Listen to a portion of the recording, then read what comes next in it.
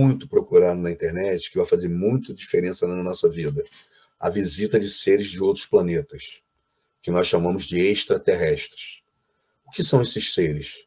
Hoje está sendo obrigado pelas maiores nações do mundo, e o Brasil também, a mostrar os documentos que mostram os avistamentos de OVNIs, de naves de outros que não tem explicação de onde vieram. Então, todos esses documentos estão sendo obrigados pelo governo americano, russo, europeu e agora brasileiro, e está muito próximo de nós comprovarmos a vida em outros planetas. Como que eles vão se comportar diante disso? Como nós espíritas enxergamos isso? Então, vai fazer muita diferença também. Imagina o pânico, o medo, o receio de você perceber que existe vida fora do planeta Terra. É um dos temas mais procurados na internet, além da inteligência artificial.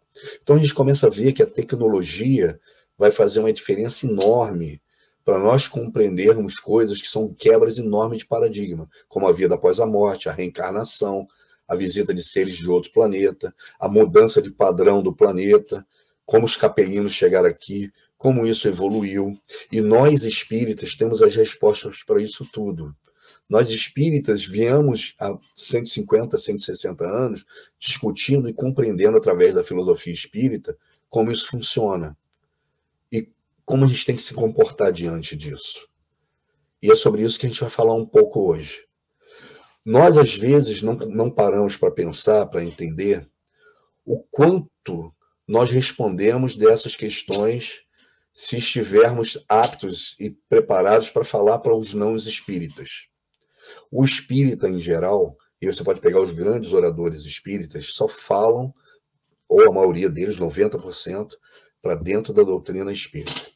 Eu trabalho numa rádio, né, a Rádio Rio de Janeiro, aqui no Rio de Janeiro, uma rádio AM, é uma rádio espírita, só que a grande quantidade dos ouvintes não espíritas é muito maior. Né? Nós somos 2 ou 3% do Brasil como espíritas, né?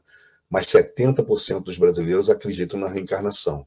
Então, há uma incoerência muito grande em que a pessoa acredita na reencarnação e na vida após a morte, mas não se diz espírita.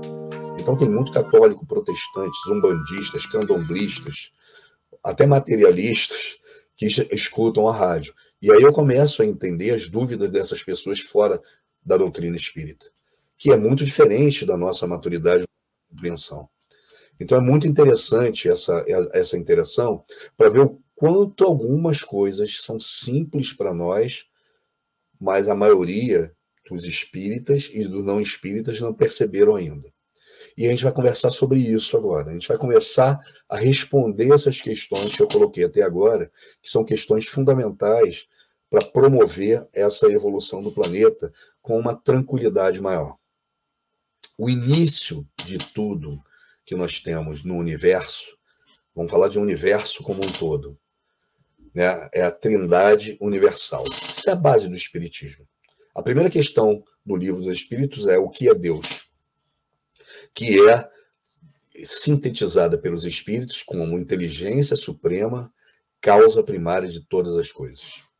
Então, o início de tudo é Deus. E as três entidades que geram o início de tudo é Deus, o princípio espiritual e o princípio material. Nós, espíritas, chamamos esse princípio material de fluido cósmico universal. E a gente está muito próximo de buscar, de compreender isso matematicamente. Por quê? Porque através da física quântica, a gente percebeu que as moléculas abaixo dos átomos têm uma forma de atuar, uma forma de interagir com o meio totalmente diferente do que nós conhecíamos até então com a física clássica, que era a física de Newton, de Einstein, etc. A física clássica, que é essa física que nós conhecemos, que estudamos na escola até então, é a física que utiliza os nossos 5 sentidos como base. Então, tudo que os nossos 5 sentidos conseguem perceber, nós conseguimos elaborar e desenvolver e testar com a física clássica, que era a física de Newton, que falava da atração das massas como a forma de gerar a lei da gravidade, por exemplo, e que depois Einstein vem provar que não era isso. Então, tudo